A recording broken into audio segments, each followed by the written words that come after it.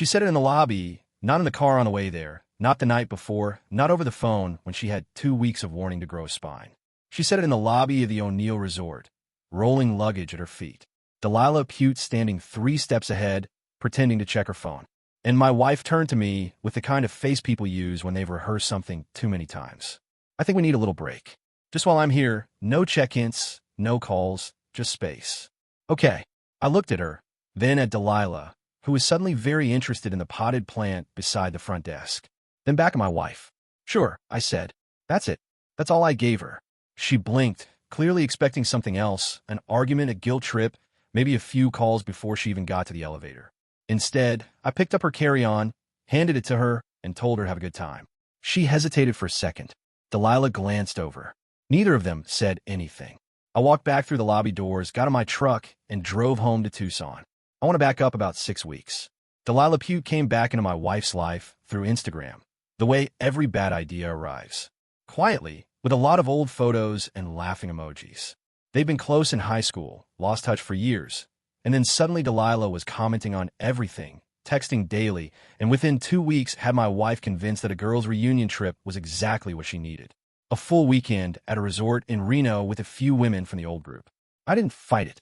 I'd heard about Delilah enough to know the woman operated on a very specific frequency, the kind that only works if the people around her have stopped asking questions. My wife is not a bad person, but she is someone who, when a loud enough voice tells her something is harmless, tends to stop looking at the details. The details in this case were worth looking at. 3 weeks before the trip, I contacted a private investigator named Ever Weeks. I'd known of him through a guy at work, former law enforcement, discreet, reasonable rate. I gave him what I had. Delilah's name, the resort booking, the dates, and the names of 2 other women in the group that my wife had mentioned. What Weeks came back with 8 days later was not a surprise. It was a confirmation.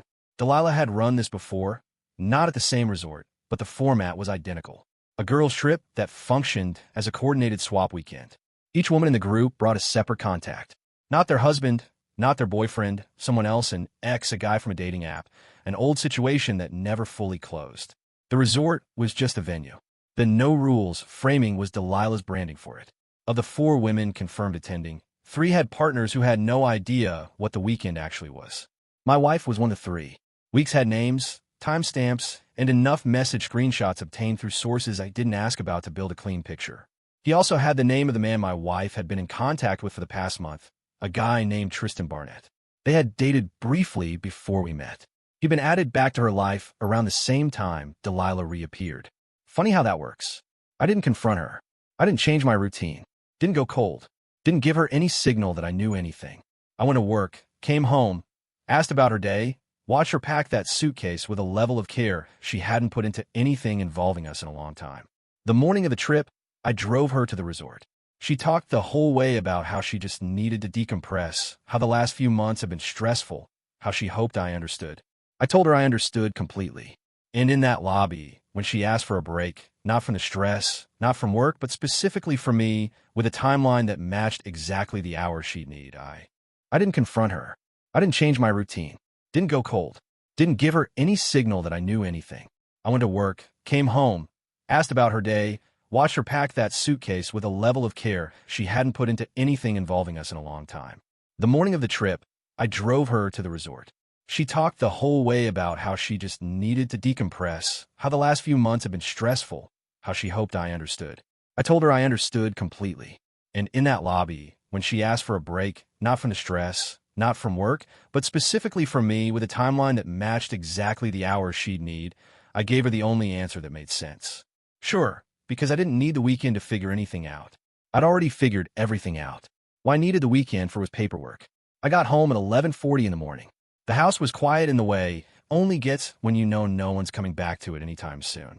I made coffee, sat at the kitchen table, and opened the folder Everett Weeks had handed me 10 days earlier. I'd read it twice already. This time, I was reading it with a purpose. The folder had 4 sections.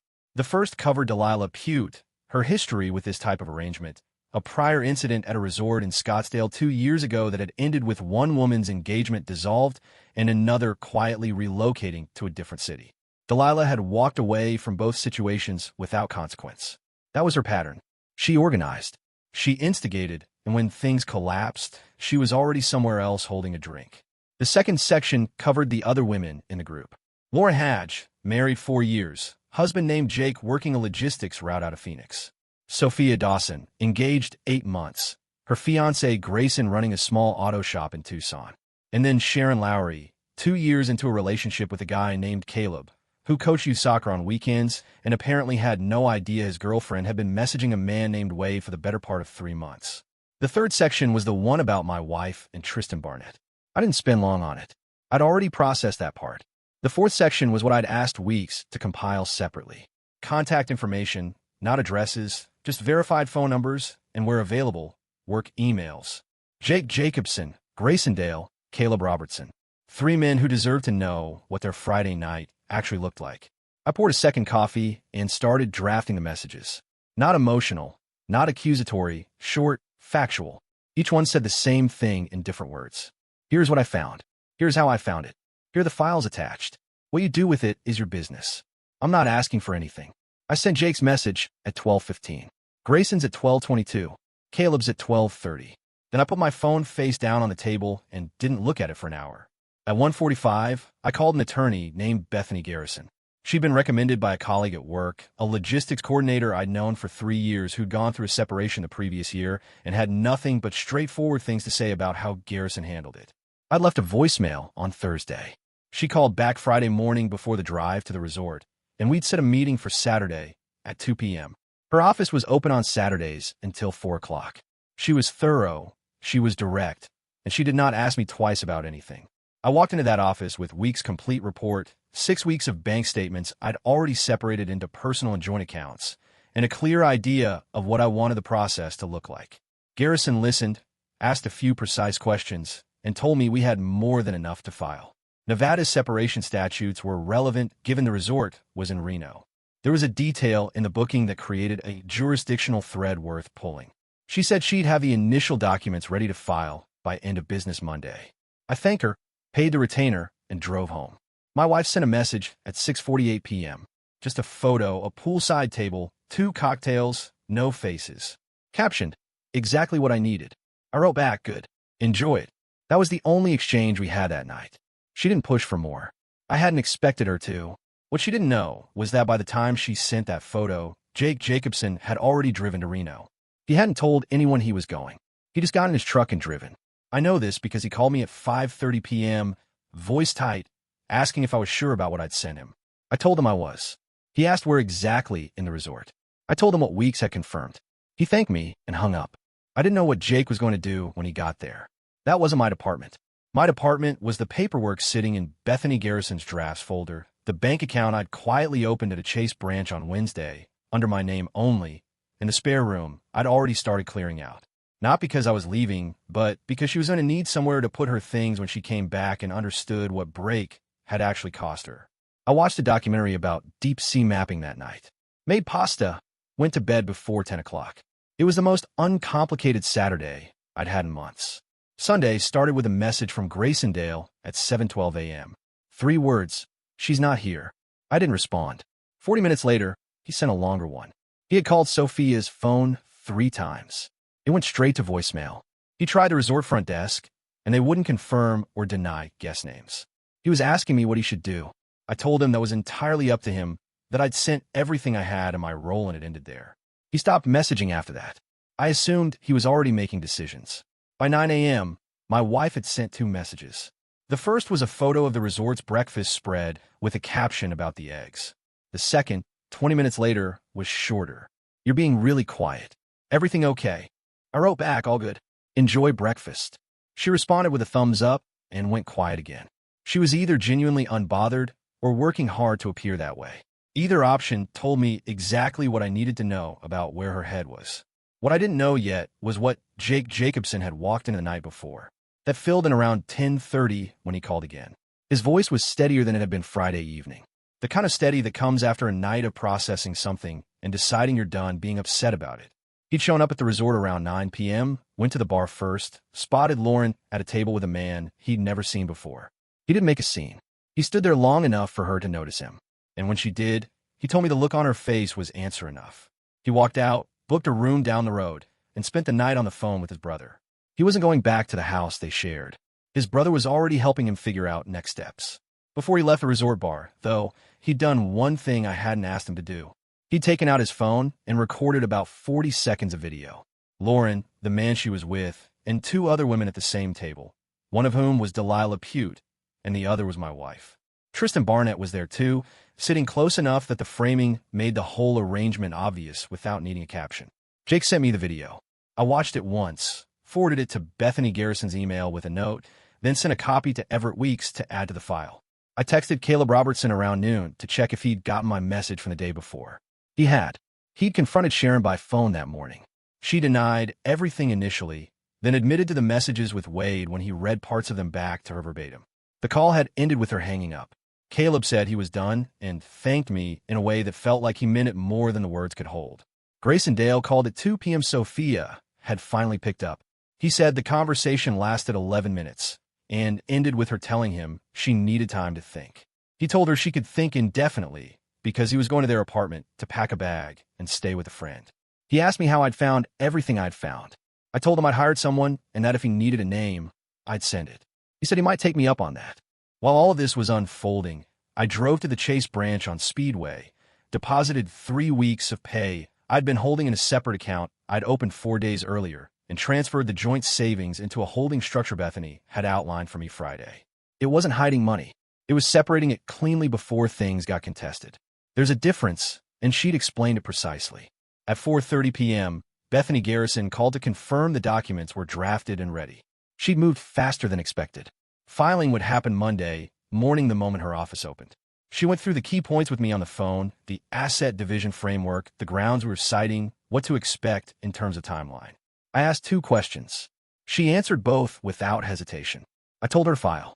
My wife called at 6:55 p.m. Not a message, an actual call. I let it ring twice, then picked up. "Hey," she said. She sounded like someone who had just been told the weather was about to change and was trying to decide if she believed it. "Hey," I said. "Just checking in. You've been pretty quiet all weekend. You asked me not to call. I respected that." A pause. "Right. Yeah. I didn't mean completely silent. I wasn't sure where the line was. Seemed easier to stay on the right side of it," I said. She laughed a little forced. "Okay. Well, I'll be home tomorrow afternoon. Maybe we can talk." "Sure," I said. "Drive safe." I hung up and ordered for the Thai place on Grant Road. Watched 2 hours of a financial markets documentary I'd been saving. Checked my phone one last time before midnight. One new message from Everett Weeks, confirming he'd received everything and the file was closed on his end. I set the phone on a nightstand and went to sleep without an alarm. I didn't need one. Monday was already arranged. She pulled into the driveway at 2:17 p.m. I heard the car, heard the trunk, heard the rolling suitcase on the front path. I was at the kitchen table with a glass of water and an envelope I'd picked up from Bethany Garrison's office that morning. The documents had been filed at 9:05 a.m. This was the courtesy copy, the set I was keeping for the conversation. She came through the door with the energy of someone expecting a specific scene and finding the wrong one. No tension in the room. No confrontation waiting at the door. No sign that anything had shifted. Just the house, quiet, and me sitting at the table. "Hey," she said, dropping her bag near the entrance. "You didn't have to wait up." She smiled at her own joke. It was early afternoon. "How was the drive back?" I asked. "Long, tired." She moved toward the kitchen, opened the fridge, stood there for a moment without taking anything. "The weekend was kind of a lot, honestly." "I bet it was," I said. She turned and looked at me. Something in my tone had registered. Not enough to name it yet, but enough to make her close the fridge without the water she'd been reaching for. "You okay?" she asked. "Completely." I pushed the envelope across the table toward her side. "That's for you." She walked over slowly, looked down at it, then back at me. She picked it up, opened it. I watched her eyes move across the first page, the case number, her name, my name, the filing date of that morning. She didn't make a sound for a long moment. "What is this?" she said. Not a question, more like something she was saying to herself to buy time. "Legal. Separation filing. Bethany Garrison's contact is on the cover page if you want to reach out through your own attorney." She set the papers down. "You filed this today, this morning." She stopped. Started again. "We haven't even talked. You didn't say anything. You didn't tell me you were thinking about this. You asked me for a break at the hotel check-in. I gave you one. I gave myself one, too. That's what breaks are for." Her jaw tightened. "That's not the same thing, and you know it." "You're right. I said. Mine came with documentation. She pulled out a chair and sat down across from me. The papers were between us. She was trying to find the angle, the version of this conversation where she could redirect the momentum. I'd watched her do it before in smaller situations. A look that softened, a pivot toward what we used to be a well-placed reference to how much we'd built together. She was cycling through the options. I need you to tell me what you think happened this weekend, she said carefully. I don't think anything, I said. Everett Weeks documented it. Jake Jacobson recorded it. Bethany Garrison filed it. I didn't have to think much at all. The name Jake landed visibly. Her posture changed by about 2 degrees. Enough. You had someone following me. I had someone looking into Delilah's arrangements. You were part of those arrangements. That's not my fault. So you've been planning this for weeks. Her voice was sharpening now. This whole time, you were an adult making your own choices, I said. I wasn't going to stop you. I was just going to be ready. She stood up. I can explain. Tristan, you don't need to, I said. It's in the file. The file's already with the court. Explaining it to me at this point is just for your own comfort, and I'm not really the right audience for that. She stared at me. The softening approach had closed. The redirect had closed. She was looking for a third door, and there wasn't one. You're not even angry, she said. It came out almost like an accusation. Should I be? Most people would be. Most people will be upset right now. I'm not most people, I said. And raising my voice at you is never going to get me anything worth having. She picked the papers back up, looked at them again, set them down again. So that's it. You've decided. You decided at the hotel lobby. I just finished a sentence, I said. She didn't have an answer for that. She stood there for another few seconds, then picked up her bag from the entryway, walked down the hall, and closed the bedroom door behind her. Not a slam, just a close, which somehow felt worse for her than if she'd slammed it. I finished my water, rinsed the glass, and put it in the rack to dry. There was a spare room with a cleared-out closet at the end of the hall. I'd made sure that Friday night before I went to bed. She'd figure out soon enough. Delilah Pute's unraveling didn't come from me. That's the part worth understanding. I never sent her a single message. I never called anyone in her life. Never contacted her employer. Never showed up anywhere she was. Everything that happened to Delilah in the 2 weeks after that weekend came entirely from the chain of events she'd set in motion herself, and from the 3 men whose weekends she'd quietly dismantled without ever learning their names. It started with Jake Jacobson's video. Jake hadn't posted it anywhere. He'd sent it to me, and I'd forwarded it to Bethany Garrison for the file. But Jake had also sent it to his brother, who had sent it to 2 people, and those 2 people apparently had no particular reason to keep it contained. By Wednesday of the following week, the video had made its way into a group chat that included people who knew Delilah's husband, a man named Foster Weeks, no relation to the investigator, who worked in commercial real estate and had been married to Delilah for 6 years. Foster Weeks saw the video on a Wednesday evening. By Thursday morning, he'd moved out of their house and retained an attorney. He didn't call Delilah first.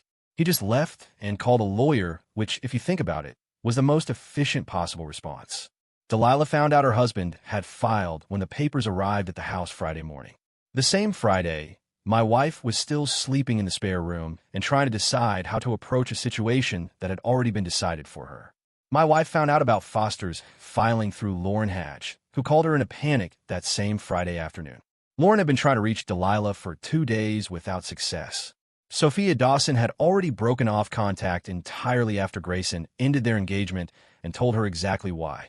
The group that had driven up to Reno together with a coordinated plan and a shared hotel block had, within 5 days of returning, scattered into separate crisis situations with no ability to support each other through any of it. I was in the kitchen refilling my coffee when my wife came out of the spare room for the first time that day. She looked like someone who had not slept well and had been on her phone for most of the morning. She stood in the hallway entrance for a moment, and I could see her working through whether to say something. She said it. Delilah's husband filed. Did you know that was going to happen? I knew I wasn't the only one with a reason to act, I said. Beyond that, what Foster Weeks does is Foster Weeks' business. You sent something to the other husbands. Not a question this time. I sent them factual information they had a right to have.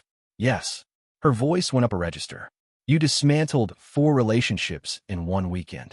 3, I said. Ours was already done. I just made it official. She stared at me. Delilah didn't do anything to you personally. Delilah organized an event specifically designed to put married women in situations their partners knew nothing about. She'd done it before. She was going to do it again. What happened to her is a direct consequence of what she'd built. I set my mug down. I didn't build it for her. So you're fine with all of this. You're completely fine. I'm not celebrating anything, I said, but I'm not apologizing for it either. You want to be angry at someone for how this week went? The mirror in the spare room is about 6 feet behind you. She didn't respond to that. She went back down the hall and closed the door again. I got a text from Grayson that afternoon, short, just letting me know he'd reached out to Everett Weeks for a referral and that the process was moving forward on his end. Caleb Robertson had sent a similar message 2 days earlier. Jake Jacobson I hadn't heard from since Sunday, but that was fine. He had his brother. He didn't need me. By the end of that week, Delilah Pute had gone from organizing a curated weekend of calculated deception to being the person everyone in that group was quietly blaming for the fallout. Lauren Hadge had told at least 2 people that the whole thing had been Delilah's idea and that she'd felt pressured. Sophia Dawson had said something similar to Grayson. Nobody in that circle was standing next to Delilah anymore. She'd spent 6 years building a reputation as someone who knew how to get away with things. It turned out the architecture of that reputation was thinner than it looked. It only held as long as nobody compared notes. Once they did, there wasn't much left to hold up. She moved out on a Saturday, 3 weeks after she came back from Reno. She'd found a place, a 2-bedroom in a complex off Speedway, month-to-month lease, close enough to her sister's house that she wouldn't feel stranded. I know because she told me, not as a conversation, more as information delivered in passing, the way you'd mention a change in schedule to a coworker. We were civil, not warm, not collaborative, just civil, which was more than the situation required and exactly as much as I was willing to give. Her attorney had contacted Bethany Garrison the second week. A man named Arnold Fry, cautious tone, probing for leverage that wasn't there. Bethany had responded with the documentation package, Week's report, the timeline, Jake's video, the bank records showing the account separation predated any contested action on my part. Fry went quiet for 4 days, then came back with a settlement framework that was, by any measure, reasonable. No drawn-out proceedings, no aggressive posturing. I think he'd looked at what Bethany was holding and decided his client's best outcome was a clean exit, not a contested one. We signed a final separation agreement on a Thursday morning. Different times. She came in at 9 o'clock. I came in at 11 o'clock. Bethany had arranged it that way, without me asking. The whole thing took 40 minutes. I signed where I was supposed to sign, shook Bethany's hand, and drove to work. I want to be straightforward about something. There was no moment of triumph. No parking lot clarity, no long drive where everything resolved into meaning. I drove to work, ate lunch at my desk, approved 3 maintenance requests, and answered emails until 5 p.m. That was the day my marriage officially ended on paper, and it looked exactly like every other Thursday.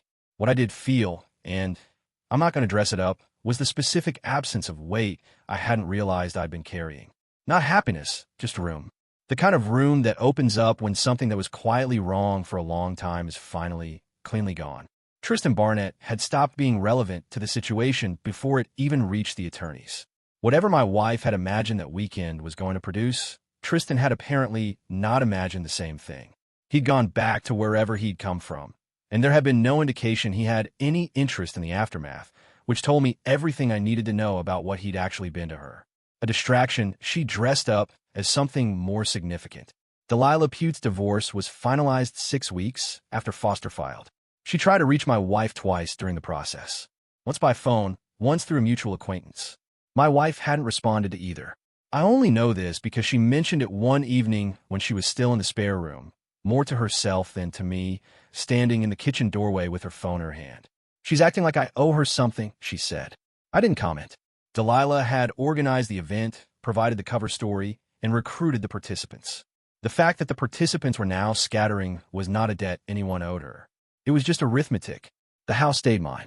It was in my name, had been since we'd signed the lease 4 years earlier. She'd never been added to it. An oversight at the time that turned out to be relevant. She took what was hers, left what was mine, and the split of the joint account followed Bethany's framework without dispute. It was not a generous outcome for her. It was a fair one. There's a difference. About 2 months after the papers were signed, I ran into Caleb Robertson at a Target on the east side. He was buying storage bins. Looked like he'd lost some weight. Seemed genuinely okay. We talked for about 4 minutes. He said he was staying with a friend from his soccer coaching circuit, saving up, figuring out next steps. He seemed like a man who had been blindsided by something and had decided the most useful response was to keep moving. I respected that. We exchanged numbers in the parking lot. Haven't used them yet, but they're there. I haven't heard from Jake Jacobson since the Sunday he called from that road in Reno. I hope he's fine. I think he is. Some people process things by cutting everything connected to the event and starting fresh. If that included me, that's a reasonable call. The spare room is a home office now. I put a desk in it, a monitor, a decent chair. I've been spending evenings there tracking some positions I opened in the market back in March. Nothing dramatic, just a few calculated bets on sectors I'd been watching for a while. It gives me something to think about that has nothing to do with anyone else's decisions. I still live in Tucson, still work the same job. I take my lunch breaks outside when the weather allows, which in this part of Arizona is most of the year if you're not particular about the heat.